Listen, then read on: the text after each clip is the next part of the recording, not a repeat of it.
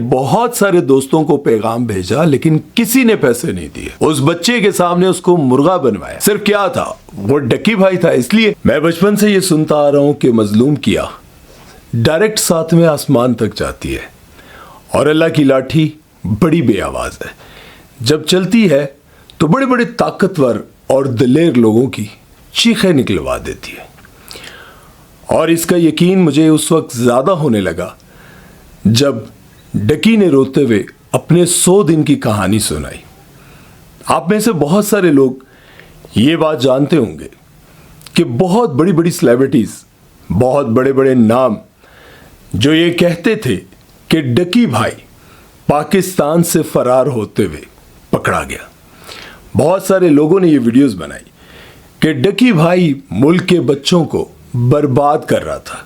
डकी भाई इस मुल्क के हर नौजवान को गलत रास्ते पर लगाकर खुद करोड़ों रुपया कमाकर इस मुल्क से भागते हुए गिरफ्तार हो गया। हाँ, उसके कंटेंट से इख्तलाफ जरूर हो सकता है, उसकी बातों से, उसके जुमलों से इख्तलाफ जरूर हो सकता है, लेकिन जब उस शख्स ने 100 दिन की कहानी सुनाई तो हर वो शख्स जिसने उस कहानी को सुना, जिसने उसकी पूरी बात को सुना, उसकी आंखें नम थी।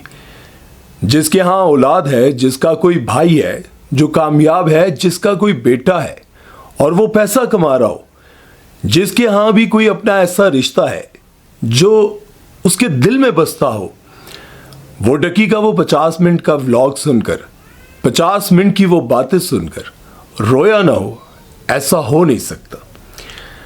प्यारे दोस्तों, जैसा कि आप सभी को याद होगा, जब पाकिस्तान के मारूफ यूट्यूबर डकी भाई अरेस्ट हुए और बहुत सारे लोगों ने उन पर वीडियोस बनाई, तो मैंने ये कहा कि देखो, आज अगर उन पर मुश्किल वक्त है, आज अगर वो परेशानी में, तो उनका मजाक मत उड़ाओ। प्यारे दोस्तों, होता यह है कि डकी भाई जिनके बारे में ये कहा जा रहा था कि वो मुल्क से फरार हो रहे थे और वहां पर उनको गिरफ्तार कर लिया गया, वो ये कहते हैं कि आज से तकरीबन 100 दिन पहले मैं मलेशिया जा रहा था। मलेशिया में एक बहुत बड़ा इवेंट हो रहा था जहां पर पूरी दुनिया के इन्फ्लुएंसर्स को बुलाया गया था और पाकिस्तान से 2 यूट्यूबर्स को बुलाया गया था, जिनमें से एक मैं था। वो कहते हैं कि जैसे ही मैं एयरपोर्ट पर पहुंचता हूं तो मुझे गिरफ्तार कर लिया जाता है। मेरे साथ मेरी वाइफ भी थी। वो कहते हैं कि अगर आपकी वाइफ अरूब जतोई जाना चाहती है तो जाए, लेकिन आप नहीं जा सकते। मुझे वहां से गिरफ्तार करके NCCIA के दफ्तर में ले जाया जाता है, जहां पर मैं अपने ईमेल्स, यूट्यूब और जितनी भी चीजें हैं, जितने भी पासवर्ड थे, सबके सब पासवर्ड्स, मोबाइल, सब कुछ उनके हवाले कर दिया। इसके बाद क्या होता है जी कि वो 23 मिनट में जो सब कुछ दे दिया गया था, उसके बाद उनको एक कमरे में लेके जाया जाता है जहां पर एक बड़ा ऑफिसर और उसके साथ और भी बहुत सारे ऑफिसर्स बैठे होते हैं। जैसे ही वो कमरे में दाखिल होता है तो उनके पीछे खड़ा हुआ मुलाजिम उनकी गर्दन में इतना जोरदार थप्पड़ मारता है कि वो कहते हैं कि मैं सोच नहीं पा रहा था कि मेरे साथ ये हुआ क्या।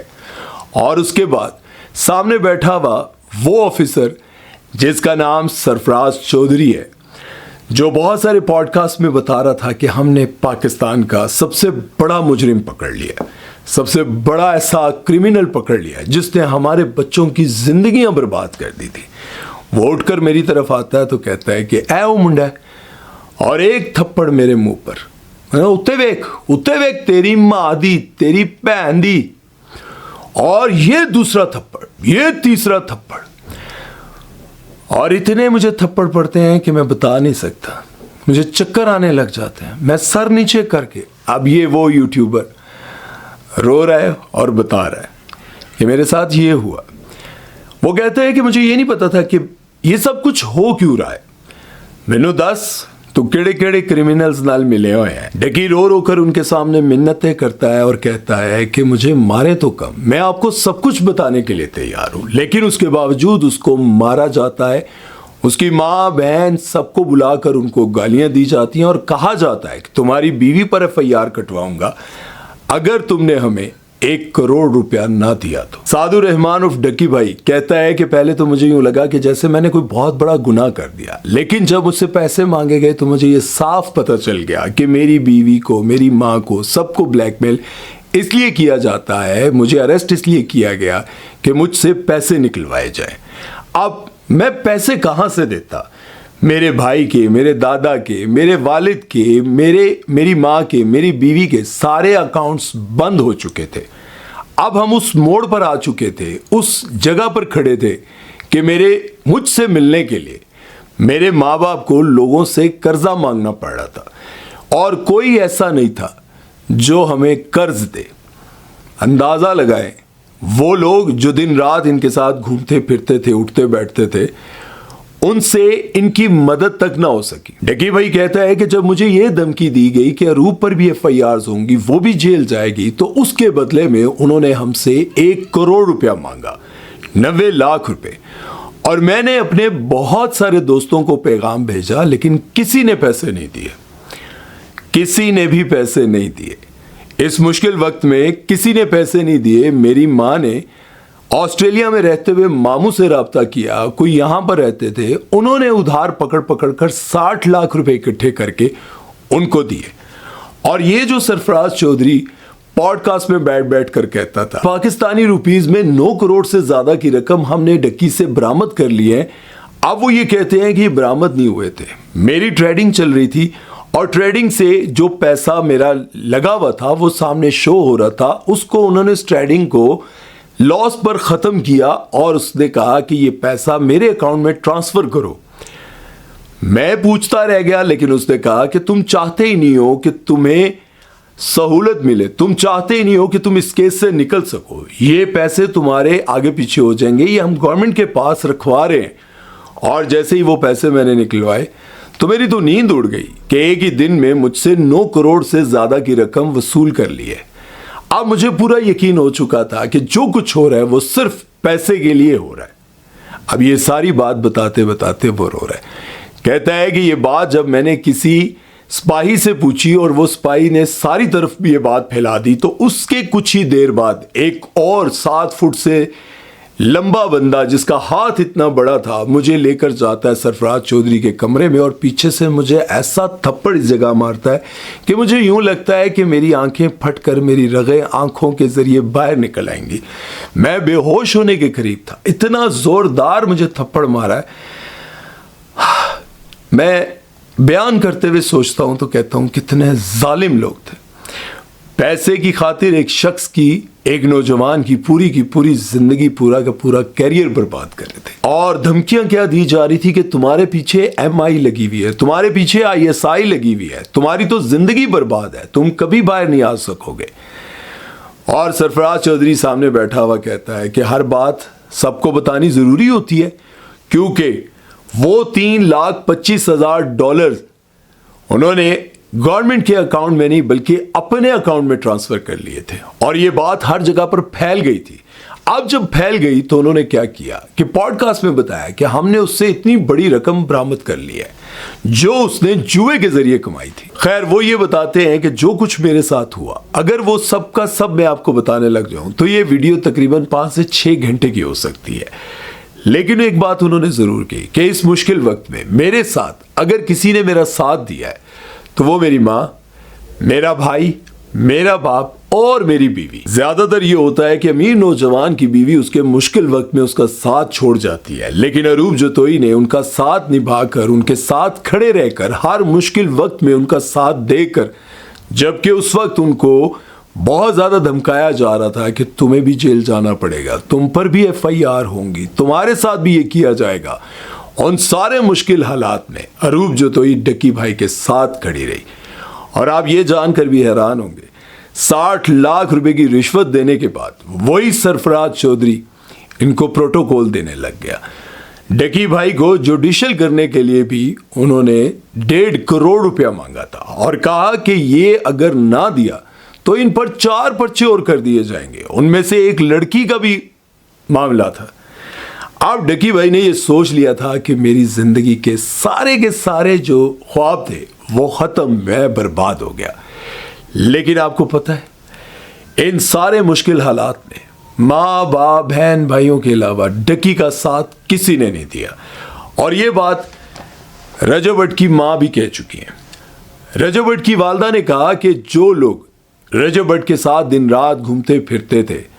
जब रजब पर मुश्किल वक्त आया तो कभी किसी ने फोन करके भी नहीं पूछा रजब कैसा है, रजब के हालात कैसे हैं, आपको कुछ चाहिए तो नहीं, क्योंकि वो रजब भट्ट जिसके अकाउंट ऑलरेडी बंद है, जिस पर बहुत सारे पर्चे हैं और वो दर बदर है खुद भी, लेकिन उनकी वालदा कहती हैं कि इस मुश्किल वक्त में कोई साथ नहीं था। और इसी तरह से कंवल आफ्ताब भी कह चुकी हैं कि जब जुल्करनैन पर मुश्किल वक्त आया तो किसी ने पूछा तक नहीं। जब वो वापस आ गए, जब वो अरेस्ट हुए थे, उस वक्त किसी ने नहीं पूछा, लेकिन जब वो घर वापस आ गए तो सब फोन करके सिर्फ चस्के ले रहे थे। और इसी तरह से जब फिरोज खान पर मुश्किल वक्त था तो उनकी वालदा से पूछा कि उनके साथ कौन खड़ा था, तो उन्होंने कहा कोई भी नहीं।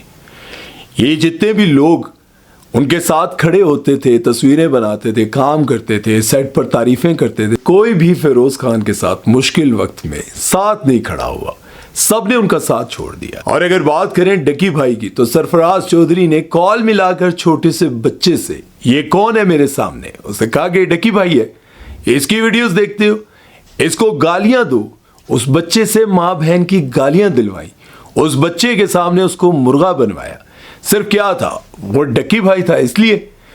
और जब इंसान पर मुश्किल वक्त आता है साथ तो सभी छोड़ जाते हैं, लेकिन बात यहां पर यह करने की है, जिन लोगों ने उनको अरेस्ट किया, जिन लोगों ने उन पर जुल्म किया, मारा पीटा, क्या कभी तुम्हारे हाथ नहीं कांपे ये बात सोचकर कि तुम्हारा बच्चा जब बड़ा होगा। आज मैं सवाल करता हूं उन सारे पुलिस ऑफिसर से, उन सारे लोगों से जो बेगुनाह लोगों पर इतना जुल्म करते हैं और उनको इतना डराते धमकाते हैं, उनको इतना मारते हैं सिर्फ इसलिए कि उनसे पैसा निकलवाया जाए। आपको इतना एहसास नहीं होता कि आपने मर जाना है। और मैंने थाने में बैठे हुए बहुत सारे लोगों को देखा, वजू करते हैं, नमाज पढ़ते हैं और उसके बाद उन्हीं हाथों से जानेमाज पर रिश्वत ले लेते हैं कि तुम्हारे भाई को, तुम्हारे बच्चे को, तुम्हारे बेटे को, तुम्हारे कजन को, तुम्हारे रिश्तेदार को मारेंगे नहीं, लेकिन और पैसे लेने के लिए FIR का पेपर सामने रखकर बैठ जाते हैं। क्या जब किसी की चीखें निकलती हैं और वो अल्लाह अल्लाह करता है तो तुम्हारे हाथ नहीं कांपते, तुम्हारे दिल को हाथ नहीं पड़ता कि अगर यही सब कुछ पलट कर तुम्हारे बच्चे के साथ हुआ तो तुम्हें कैसा लगेगा। आज वो लोग, मैंने शुरू में कहा था ना कि मजलूम की आवाज 7वें आसमान तक जाती है और अल्लाह की लाठी बड़ी बेआवाज है, जब किसी पर पड़ती है तो बड़े बड़े ताकतवर लोगों की चीखें निकलवा देती है। ये बात मुझे उस वक्त मेरे दिल को लगी आकर जब मुझे ये पता चला कि उन सबको डिसमिस कर दिया गया है, उन सब पर पर्चे हो गए हैं, वो सब जेल की सलाखों के पीछे हैं। तो मेरे दिल को बड़ा सुकून आया कि एक बंदे का कैरियर देखकर पैसा उससे लूटने के चक्कर में उसका कैरियर बर्बाद करने चले थे और पॉडकास्ट पे पॉडकास्ट कर करके बता रहे थे कि हमने तो बहुत बड़ा कारनामा कर लिया, लेकिन आज वो शख्स खुद जेल की सलाखों के पीछे। बहरहाल बात यह है कि जहां बुरे लोग हैं वहां कुछ ऐसे लोग भी हैं जो बहुत अच्छे हैं, और आखिर उस अच्छे होने की वजह से आज डकी भाई जमानत पर बाहर है। बात यह है कि अगर कोई ऐसा गुनाह हो जाए और वो उस गुनाह का इकरार कर लें, तभी किसी पर इस कदर जुल्म करना कानून इजाज़त नहीं देता। लेकिन उनको इस कदर मारा जाता था कि वो दोबारा आकर किसी को बताने, एक वक्त तो ऐसा आया कि डकी ने कहा कि मुझे मार दें, जो मर्जी करें, बस खत्म। देखें, वो जब अकेले बैठ के रोते थे तो वो आहें यकीनन मेरा रब सुनता था। तो फिर क्या हुआ, आज सबकी नौकरियां गई, सबके वो पॉडकास्ट और सब चीज़ें। लोग क्या सोचते होंगे, औलाद क्या सोचती होगी, औलाद बड़ी होगी तो क्या बताएगी कि मेरा बाप जो इसमें शामिल था वो क्या बताएंगे कि मेरा बाप जो है वो रिश्वत लेता था और इस चक्कर में उसकी नौकरी चली गई। मेरा बाप पैसे लेता था और अगर कोई ना दे तो उसको इस कदर मारता था कि उसकी आंखों में से आंसू और जुबान से अल्लाह अल्लाह निकलता था, और फिर अल्लाह ने सुन ली और मेरे बाप की नौकरी भी चली गई और सब कुछ चला गया।